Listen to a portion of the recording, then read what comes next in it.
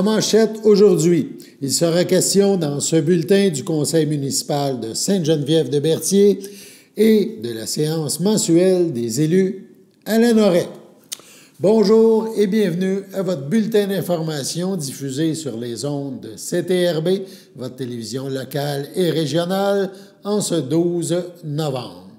Il nous restait quelques points à vous présenter concernant le Conseil municipal à Sainte-Geneviève-de-Berthier, séance tenue donc le 5 novembre dernier. Dans un premier temps, on regardera un extrait de cette séance. Lors de cet extrait, on apprendra que la municipalité désire mettre à jour son système de caméras de surveillance. On écoute. Une autorisation pour notre système de caméras. Il s'agit d'autoriser la directrice générale à dépenser autour de 7 000 $ plus les taxes pour la réorganisation du système de caméras de surveillance de la municipalité et que cette dépense soit payée à même le surplus accumulé.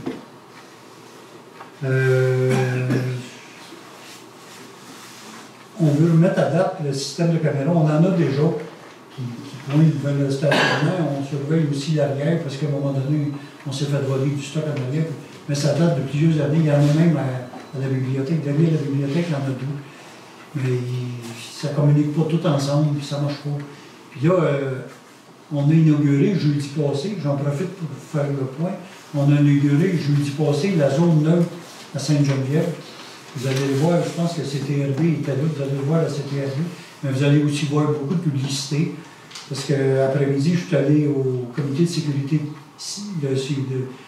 publique à la MRC. Je l'ai annoncé à toute la MRC, puis on va le publiciser, surtout dans le pôle Berthier, dans le pôle sud, si on veut, de la MRC. Une zone neutre, en fait, je m'étais fait un papier pour la zone neutre. Qu'est-ce qu'une zone neutre? C'est une zone prédéterminée dans un endroit public qui est sous enregistrement vidéo en continu 24 heures par jour, 7 jours semaine. Un vendeur ou un acheteur ayant conclu une transaction sur un site de vente en ligne peut s'y donner rendez-vous pour réaliser l'échange ou encore, on pense à des parents séparés qui peuvent échanger la carte de leur enfant. Bien que l'endroit ne soit pas sous surveillance policière en tout temps, la présence de caméras permet de revenir sur les événements survenus dans les jours suivant un événement au besoin. Pourquoi une zone neutre? Dans un contexte où la sécurité des citoyens est primordiale, cette initiative va répondre à plusieurs besoins. Un environnement sécurisé pour toutes les transactions, une confiance renforcée pour les utilisateurs qui pourront se sentir rassurés en sachant que des mesures sont mises en place pour protéger les parties impliquées et surtout une réduction de stress et éviter les malentendus pour les parents. Nous invitons la population de toute la région à profiter de cet espace protégé qui est surveillé, c'est dédié à... on a peinturé sur l'asphalte 2 places de stationnement. Les caméras sont là 24 heures par jour. C'est toujours éclairé. On a mis un gros panneau sur le bord de l'entrée, puis il y a 2 panneaux vis-à-vis là. J'espère, c'est déjà beaucoup utilisé, à notre surprise un peu. Même en plein jour, les gens travaillent, puis il y a les 2 véhicules, puis ils savent que c'est sécuritaire, c'est filmé, on fait ça pour la sécurité de tout le monde. Mais là, il s'agit de remettre à l'ordre du jour nos caméras. Il y a une dépense à avoir. Ça me prend un proposeur consommateur. M. Burel propose, M. Soulière seconde. Oui. Tout le monde est d'accord. Un autre dossier dont il a été question à Sainte-Geneviève-de-Berthier, c'est un dossier qui fait parler à Berthierville et dans la partie sud, là, les municipalités entourant Berthierville, le pôle Berthier, comme on appelle, c'est le dossier de l'Arena. Et le maire de Sainte-Geneviève-de-Berthier a profité de la séance de son conseil municipal du 5 novembre dernier pour faire le point dans le dossier de l'Arena de Berthierville. On parle d'avancement au niveau des rencontres. On l'écoute. Pour là, vous glisser un mot qu'on a actuellement des réunions à propos de l'avenir de l'Arena de Berthierville. Toutes les 9 municipalités du pôle Berthier, on va dire, on s'est réunis à propos d'un projet pour... Parce que la municipalité de la ville de Berthierville investit à tous les ans ils payent toujours le déficit, qui est toujours autour de 300 000 depuis, je vous dis, plus de 10 ans. Il arrive à 250, 280, 300, 320 000. Puis c'est toujours la ville de Berthierville. Puis là, on n'est plus capable, là, on n'en peut plus. Fait que, on a un projet, on regarde qu'est-ce qu'on pourra faire ensemble là, pour sauver l'aréna, si on peut dire ça comme ça. Mais c'est encore en pourparlers, on ne peut pas vraiment en dire plus. On a eu une réunion à date, mais Danolet et Lavaltrie n'étaient pas à cette réunion-là. Toutes les autres municipalités-là. Mais Lavaltrie et Danolet, c'était deux voies très, très importants qui touchent, je pense, 60 de ce qui se passe à l'aréna. Leur avis est de plus en plus important. Puis quand on se met ensemble comme ça, il y a deux, trois façons de diviser les paiements. Là. Nous autres, on est peut-être là pour 5-7 %, mais la Valtrie est là à 40 %. Et quand on parle de combler un déficit de 300 000 la Valtrie a 120 000 à tous les mois. Ils vont grimacer un peu. Puis il y a aussi le projet.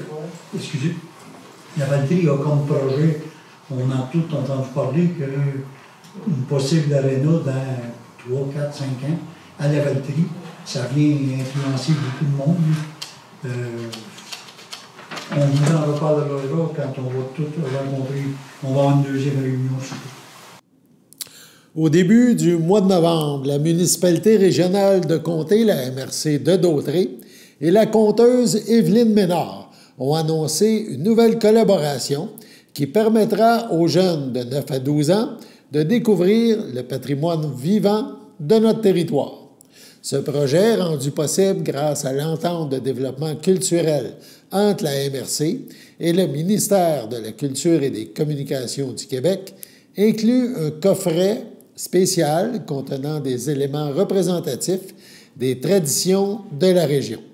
Les enfants y trouveront des objets fabriqués localement, comme du fléché, du tissage, des contes, des chansons, des expressions et des recettes locales. Sonia Desjardins, présidente du comité culturel de la MRC et mairesse de la municipalité de Saint-Norbert, a souligné que le but est d'aider les jeunes à mieux comprendre le patrimoine vivant, cet ensemble précieux de savoirs et de traditions transmis depuis des générations. Un cahier d'activités accompagnera le coffre pour guider les enfants dans leur exploration du patrimoine de la région. Un support numérique offrira également des exemples de ce patrimoine vivant à voir et à entendre.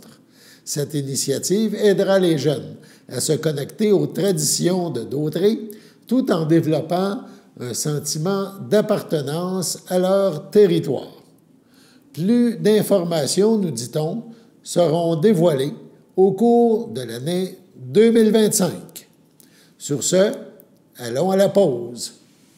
Votre station de télévision de Berthierville vous invite cordialement à son bingo hebdomadaire télédiffusé tous les samedis matins dès 9h30.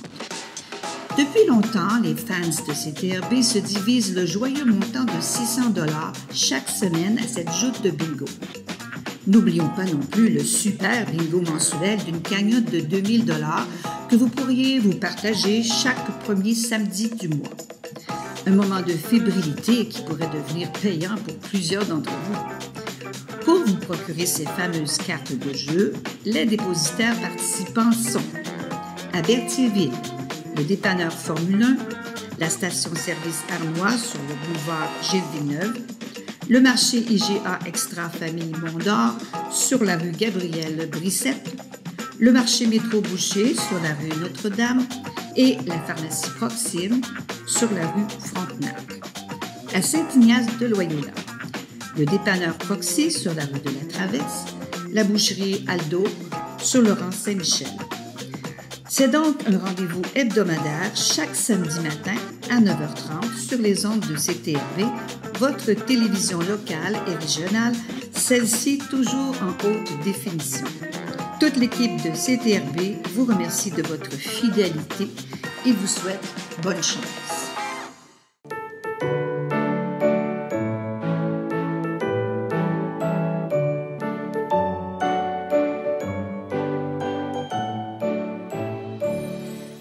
Voici donc les anniversaires en ce 12 novembre. La FADOC de l'Île-du-Pas désire souhaiter bonne fête à Pauline Boivin et à Denise Champagne. C'est votre anniversaire aujourd'hui, en ce 12 novembre. Eh bien, toute l'équipe de CTRB se joint à moi et vous souhaite bonne fête.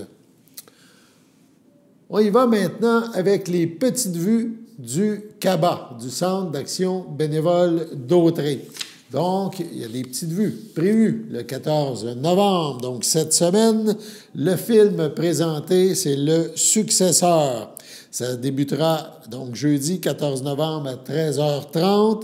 C'est un suspense québécois, ce film. Elias est le nouveau directeur artistique d'une célèbre maison de haute couture française. En pleine campagne de promotion, cet homme au cœur sensible apprend que son père vient de mourir d'une crise cardiaque. Cela fait des années qu'Elias est en froid avec son paternel et il n'a pas le goût de retourner au Québec pour régler la succession. Il se résigne cependant en imaginant que tout sera terminé rapidement. Ce qu'il découvre cependant au Québec dépasse l'entendement et le jeune créateur doit trouver une façon de vivre avec l'héritage de son père. On regarde la bande-annonce de ce film.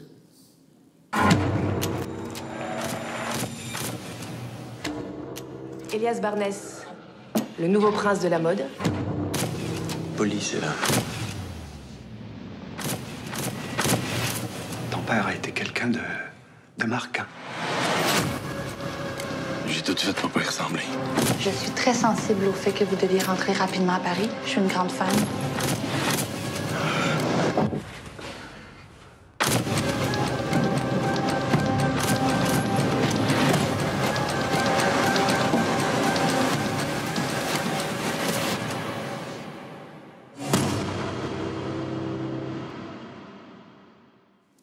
Donc, Le Successeur, ce jeudi, 13h30 au CABA, au Centre d'action bénévole d'Autrey. Le coût, c'est 3 $ par personne, collation et breuvage inclus. Pour réserver sa place, 450-836-7122. Si vous êtes de Lavaltrie, 450-875-0921. Le CABA est situé au 180 rue de Champlain à Berthierville. Tantôt, on vous a parlé du conseil municipal de Sainte-Geneviève de Berthier. Eh bien, on se déplace cette fois à Lanoraie. Du côté de Lanoraie, les élus doivent déjà penser au prochain camp de jour estival pour leurs jeunes. Des résolutions ont été adoptées en ce sens. On regarde un extrait. Et il sera aussi question de persévérance scolaire. Un budget a été adopté à ce sujet. Donc, on se déplace au conseil municipal de Lanoraie, tenu le 5 novembre dernier. 10.1, camp de jour, semaine de relâche 2025, protocole d'entente. Proposé, appuyé, résolu, d'autoriser le directeur général et greffier trésorier à signer un protocole d'entente avec Air en Fête pour l'organisation d'un camp de jour pour la semaine de relâche 2025, qu'un budget maximal de 5 000 $ soit autorisé à cette fin lors de l'élaboration du budget 2025. Donc, c'est récurrent tous les ans pour la semaine de relâche. Il y a un camp de jour qui est organisé pour les jeunes. Est-ce que j'ai un proposant? Proposé par Mme Josée Castorgues. Est-ce que j'ai un appuyeur? Appuyé par Mme Marie-Ève Mondor. À ma gauche, c'est son faveur. À ma droite, c'est unanime. 10.1, camp de jour estival 2025, protocole d'entente. Il est proposé, appuyé et résolu que le directeur général et greffier trésorier soient autorisés à signer pour et au nom de la municipalité le protocole d'entente pour la gestion du camp de jour estival pour l'année 2025 avec l'organisme L'Air en Fête, Inc.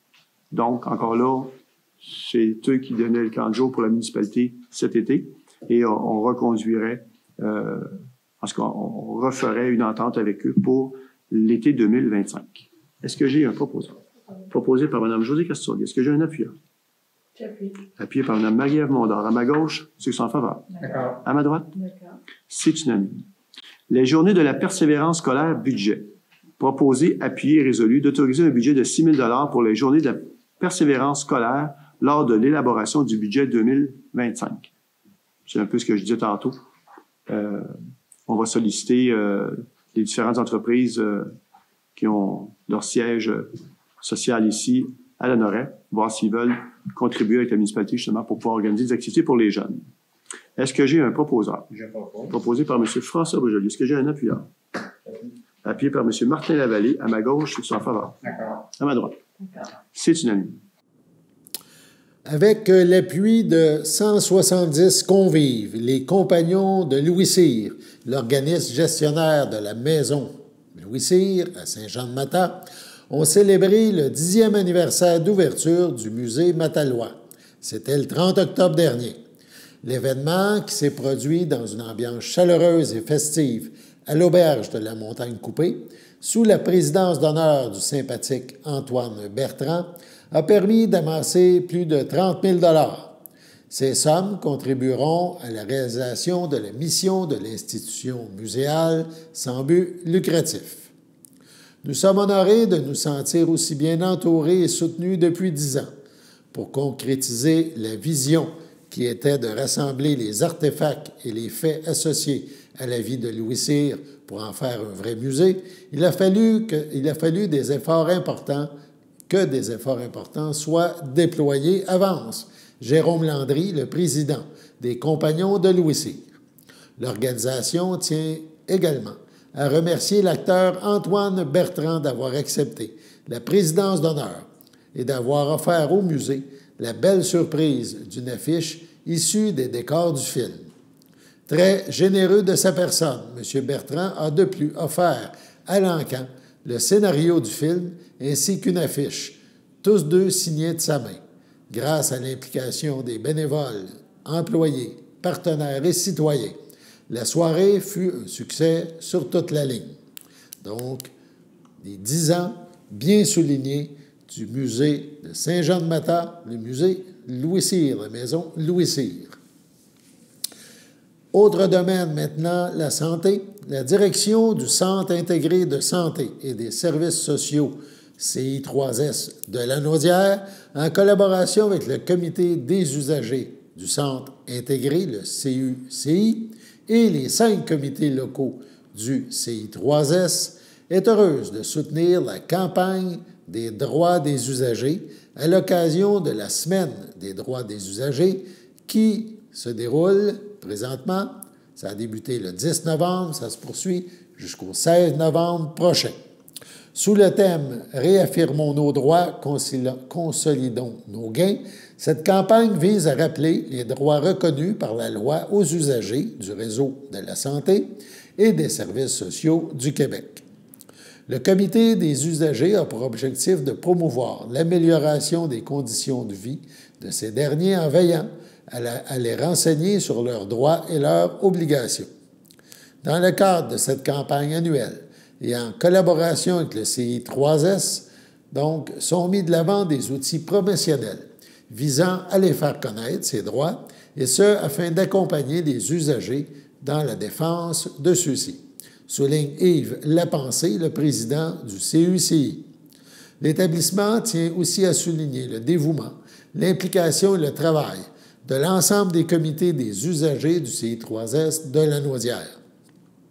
Leur rôle est important et contribue à la défense des droits des usagers ainsi qu'à l'amélioration de la qualité des soins et des services offerts dans un intérêt collectif, a mentionné Philippe Étier, qui est président-directeur général du CI3S.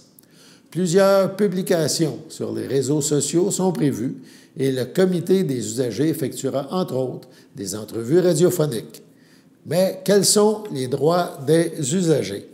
On parle du droit à l'information, du droit au service, du droit de choisir son professionnel ou son établissement, du droit de recevoir les soins que requiert son état, du droit de consentir à des soins ou de les refuser, le droit de participer aux décisions, le droit d'être accompagné, d'être assisté et d'être représenté, le droit à l'hébergement, le droit de recevoir des services en anglais, le droit d'accès à son dossier d'usager, le droit à la confidentialité de son dossier d'usager et finalement le droit de porter plainte. Donc, un comité, on apprend davantage sur ce comité pour les droits des usagers au niveau de la santé. Sur ce, allons à la pause.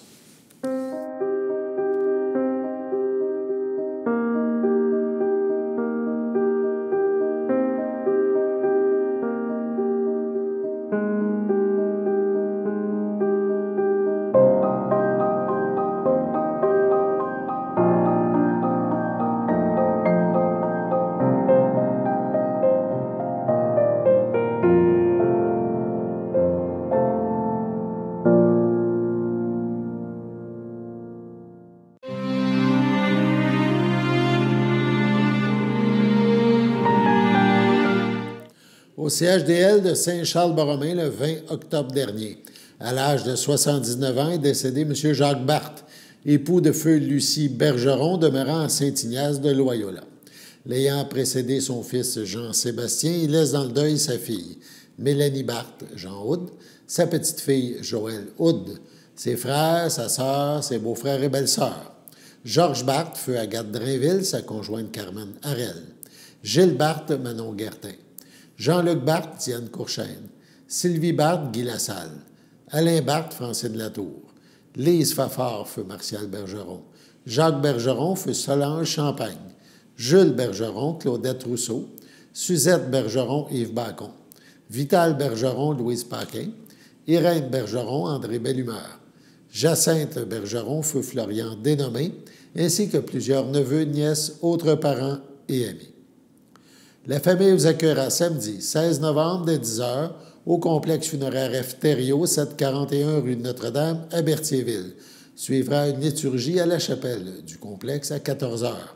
M. Barthe sera inhumé au cimetière de Saint-Ignace le même jour. Au CHDL de Saint-Charles-Borromée le 25 octobre dernier. À l'aube de ses 99 ans est décédée Mme Jacqueline Latour-Boucher, épouse de feu Paul-Émile Boucher, demeurant à Saint-Ignace de Loyola. Elle laisse dans le deuil ses enfants, France Boucher, Jean-Philippe Latour, Jean-Marc Boucher, feu Louise Boisvert, Luce Boucher, Raymond Plante, Jacques Boucher et Jeanne Plante, Colombe Boucher, Jean-Marie Damour, Claude Boucher, Marie-Claude Guévremont, Céline Boucher, Richard Dubé, Michel Boucher, Chantal Desrochers. Ses petits-enfants, feu Hugo Latour, Marc-André, Marilène, Myriam, Sébastien, Véronique, Julie, Louis-François, Guillaume, Karine, Joanie, Catherine, Mathieu et Évelyne. Ses 18 arrière-petits-enfants, son beau-frère et sa belle-sœur, ainsi que plusieurs neveux, nièces, autres parents et amis. La famille vous accueillera dimanche 17 novembre dès 11 h au complexe funéraire Thériault, rue Notre-Dame, à Berthierville. Suivra un hommage à la chapelle du complexe à 14 h. Mme Jacqueline Latour sera inhumée au cimetière de Saint-Ignace de Loyola le même jour. Au pavillon Sainte-Marie de Trois-Rivières, le 1er novembre dernier, à 72 ans, est décédé M. Richard Arcan, fils de feu Paul-Émile Arcan et de feu Flore Arnois, demeurant à Trois-Rivières, autrefois de Berthierville et de l'île du Pas. Il laisse dans le deuil sa sœur Lise Arcan, feu Otto Muller, son neveu Tristan Muller, Christiane Yappy, sa nièce Annie Muller, Alexandre Laverdière, ainsi que ses cousins, cousines, autres parents et amis. La famille vous accueillera jeudi 21 novembre dès 13 h à la chapelle du complexe funéraire Thériault, 741 rue Notre-Dame à Berthierville. Suivra une liturgie à 14h30. M. Richard Arcan sera inhumé au cimetière de Berthierville le même jour. Au CHSLD Champlain, le Château à Berthierville, le 28 octobre dernier, à l'âge de 95 ans, est décédé M. Guy Dupuis, époux de feu Mariette Perrier, demeurant Saint-Cuthbert, natif de Montréal. Il laisse dans le deuil ses enfants, France Dupuis, Marcel Pichette, Pierre Dupuis, Daniel Tremblay, Louise Dupuis, Denis Paquin, Louis Dupuis, Linda Brizard, ses petits-enfants, Martin et Lucie Pichette, Fanny et Sébastien Dupuis, François Benoît et Marilyn Bellumeur, Michel Dupuis, ses arrière-petits-enfants, ses belles-sœurs et son beau-frère, Claire Perrier, feu Maurice Leclerc, Réjeanne Perrier, feu Pierre Lefebvre, Carmen Perrier, Mike Petrelli, ainsi que plusieurs neveux, nièces, autres parents et amis. La famille vous accueillera samedi 23 novembre, dès 12h30, au complexe funéraire Thériault, rue Notre-Dame à Berthierville. Suivra une liturgie à la chapelle du complexe à 14h. Les cendres de M. Guy Dupuis seront déposées au columbarium le même jour. À l'hôpital Jean Talon de Montréal, le 31 octobre dernier, à l'âge de 91 ans, est décédée Mme Marie Savignac, épouse de feu Philippe Paquin, demeurant à Montréal, native de Berthierville. Le défunt laisse dans le deuil ses enfants, Pierre Paquin, Martine Aubry, Dominique Paquin, Denis Laroche, ses petits-enfants, Aglaé, Vicky, Fanny, Chloé, Justin, Benjamin et Samuel, son arrière-petite-fille Gisèle, ses sœurs, ses belles-sœurs et son beau-frère, Édith Savignac, Michel Chevalier, Céline Savignac, feu Marcel Corriveau, Noëlla Forêt, feu Denis Savignac, Marie Sans Chagrin, feu François Savignac, ainsi que plusieurs neveux, nièces, autres parents et amis. La famille vous accueillera samedi 23 novembre, 14h, en l'église de Sainte-Geneviève de Berthier. Suivront les funérailles le même jour à 14h30. Madame Savignac-Paquin sera inhumée au cimetière de Berthierville.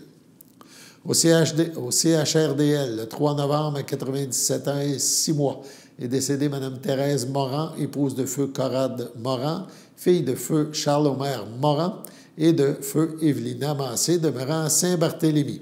Elle laisse dans le deuil ses enfants, Denis, Denise Doucet, Lynn, Marc Joannis, Joanne Éric Boucher, ses petits-enfants, Stephen Bérard, Maureen Desauniers, Philippe Boucher, Claude-Anne Lafontaine, Anne-Marie Boucher, William Barry, Nicolas et Marie-Ève Joannis, ses arrière-petits-enfants, ses sœurs, ses frères, ses beaux-frères et belles-sœurs, ainsi que plusieurs parents et amis. Donc, la défunte, un merci spécial, est accordé au personnel de la ressource intermédiaire de la Villa d'Autrey. La famille vous accueillera à l'église de Saint-Barthélemy samedi 30 novembre, 9h30. Suivront les funérailles en ce même lieu à 11h. Madame Moran sera inhumée au cimetière de Saint-Barthélemy le même jour. Sur ce, passons à la météo.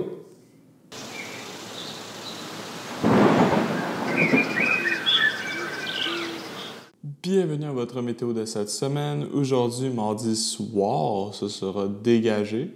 Une température de 0, un temps ressenti de -5. Mardi nuit, ce sera dégagé. Une température de -4, un temps ressenti de -9. Mercredi matin, ce sera ensoleillé. Une température de -2, un temps ressenti de -7. Mercredi après-midi, ce sera ensoleillé. Une température de 3, un temps ressenti de 0. Mercredi soir, ce sera dégagé. Une température de -1, un temps ressenti de -5.